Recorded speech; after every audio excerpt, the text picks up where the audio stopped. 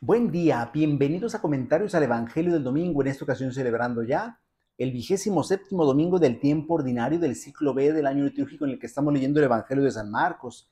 En esta ocasión escucharemos un trozo del capítulo 10, versículo 2 al 16. El texto dice lo siguiente: En aquel tiempo se acercaron a Jesús unos fariseos y le preguntaron para ponerlo a prueba: ¿le es lícito a un hombre divorciarse de su esposa? Él les respondió: ¿qué les prescribió Moisés? Ellos contestaron: Moisés nos permitió el divorcio mediante la entrega de un acta de divorcio a la esposa. Jesús les dijo: Moisés prescribió esto debido a la dureza del corazón de ustedes, pero desde el principio al crearlos, Dios los hizo hombre y mujer. Por eso dejará el hombre a su padre y a su madre y se unirá a su esposa, y serán los dos una sola cosa. De modo que ya no son dos, sino una sola cosa. Por eso lo que Dios unió, que no lo separe el hombre. Ya en casa, los discípulos le volvieron a preguntar sobre el asunto. Jesús les dijo: si uno se divorcia de su esposa y se casa con otra, comete adulterio contra la primera. Y si ella se divorcia de su marido y se casa con otro, comete adulterio. Después de esto, la gente le llevó a Jesús unos niños para que los tocara, pero los discípulos trataban de impedirlo. Al ver aquello, Jesús se disgustó y les dijo: dejen que los niños se acerquen a mí y no se lo impidan, porque el reino de Dios es de los que son como ellos. Les aseguro que el que no reciba el reino de Dios como un niño no entrará en él. Después tomó en brazos a los niños y los bendijo, imponiéndole las manos. Palabra del Señor. Gloria a ti, Señor Jesús. Estimados hermanos, hoy encontramos en el pasaje del Evangelio de San Marcos una enseñanza de Jesús clara y contundente respecto a la familia. Por un lado, respecto al matrimonio, y por otro lado, respecto a los niños. Dice el evangelista San Marcos: en aquel tiempo se acercaron a Jesús unos fariseos y le preguntaron para ponerlo a prueba. Desde el principio aparece claro cuál es el objetivo de los fariseos. Quieren poner a prueba a Jesús.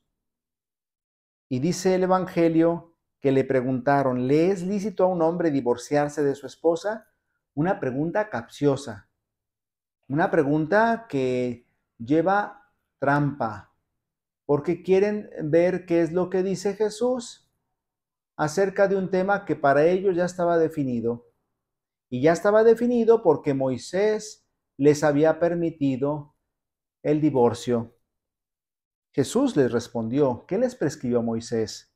Ellos contestaron: Moisés nos permitió el divorcio mediante la entrega de un acta de divorcio a la esposa.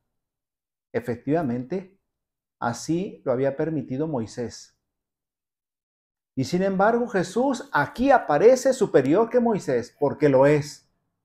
Moisés, siendo el gran personaje, el gran legislador del pueblo de Israel, sin embargo, no es superior a Jesús. Jesús es superior a Moisés porque Jesús es el Hijo de Dios, hecho hombre.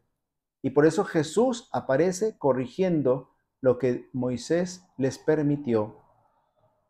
Jesús les dijo: Moisés prescribió esto debido a la dureza del corazón de ustedes. Es decir, Moisés permitió el divorcio por la dureza del corazón de los hombres. Pero desde el principio, al crearlos, Dios los hizo hombre y mujer. Por eso dejará el hombre a su padre y a su madre y se unirá a su mujer y serán los dos una sola cosa. Jesús se remite a la voluntad originaria del Creador. Jesús quiere con toda claridad dejar en evidencia que el matrimonio es una unión de amor, una unión de dos personas que se aman, una unión de dos personas que están dispuestas a amarse toda la vida. No es la unión de dos personas egoístas, no es la unión de dos egoísmos, cada uno buscando su propia realización. Jesús insiste: al principio, cuando Dios los creó, los hizo hombre y mujer. Este es el matrimonio que Dios ha querido entre un hombre y una mujer. Y entonces Jesús se remite a las palabras del libro del Génesis, el primer libro de la Escritura. Por eso el hombre dejará a su padre y a su madre y se unirá a su esposa y serán los dos una sola carne. Esto es lo que Dios ha querido. La unión indisoluble que se da en el matrimonio. Una unión que se da por amor y que por tanto supone la fidelidad. Para poder vivir en el amor, entonces hay que vivir en fidelidad absoluta. Y dice el Evangelio que Jesús insistió, de modo que ya no son dos, sino una sola cosa. Por eso lo que Dios unió, que no lo separe el hombre. La indisolubilidad del matrimonio no la hemos inventado los hombres, no la inventó un papa o la iglesia, es voluntad de Cristo, que el matrimonio que es de origen humano elevado a la categoría de sacramento, tenga entonces este valor, un valor para siempre. Es decir, el matrimonio es una unión estable que debe permanecer indisoluble. Lo que Dios unió, que no lo separe el hombre.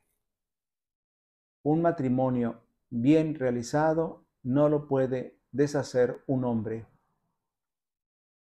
Y entonces aquí tenemos el fundamento de la familia, el sólido fundamento de la familia, el matrimonio entre un hombre y una mujer, una unión santificada por el sacramento del matrimonio, que plenifica a los esposos en el amor, que los hace superar sus limitaciones propias de la condición humana, para que puedan, con la ayuda de la gracia y por tanto con este impulso sobrenatural, poder realizarse en la fidelidad, en la entrega, en el amor.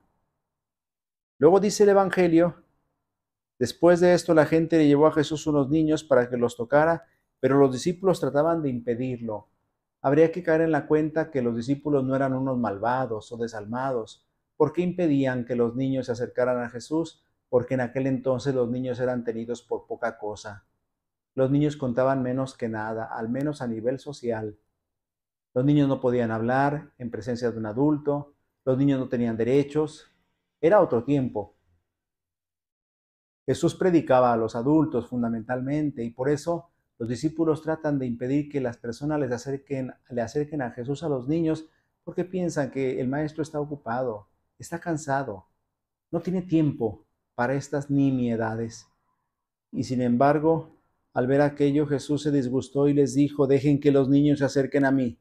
Para Jesús los niños son importantes. Los niños son importantes. No se lo impidan, porque el reino de Dios es de los que son como ellos. Y todavía añadió, les aseguro que el que no recibe el reino de Dios como un niño no entrará en él. Para Jesús todos los seres humanos somos importantes, pero también los niños.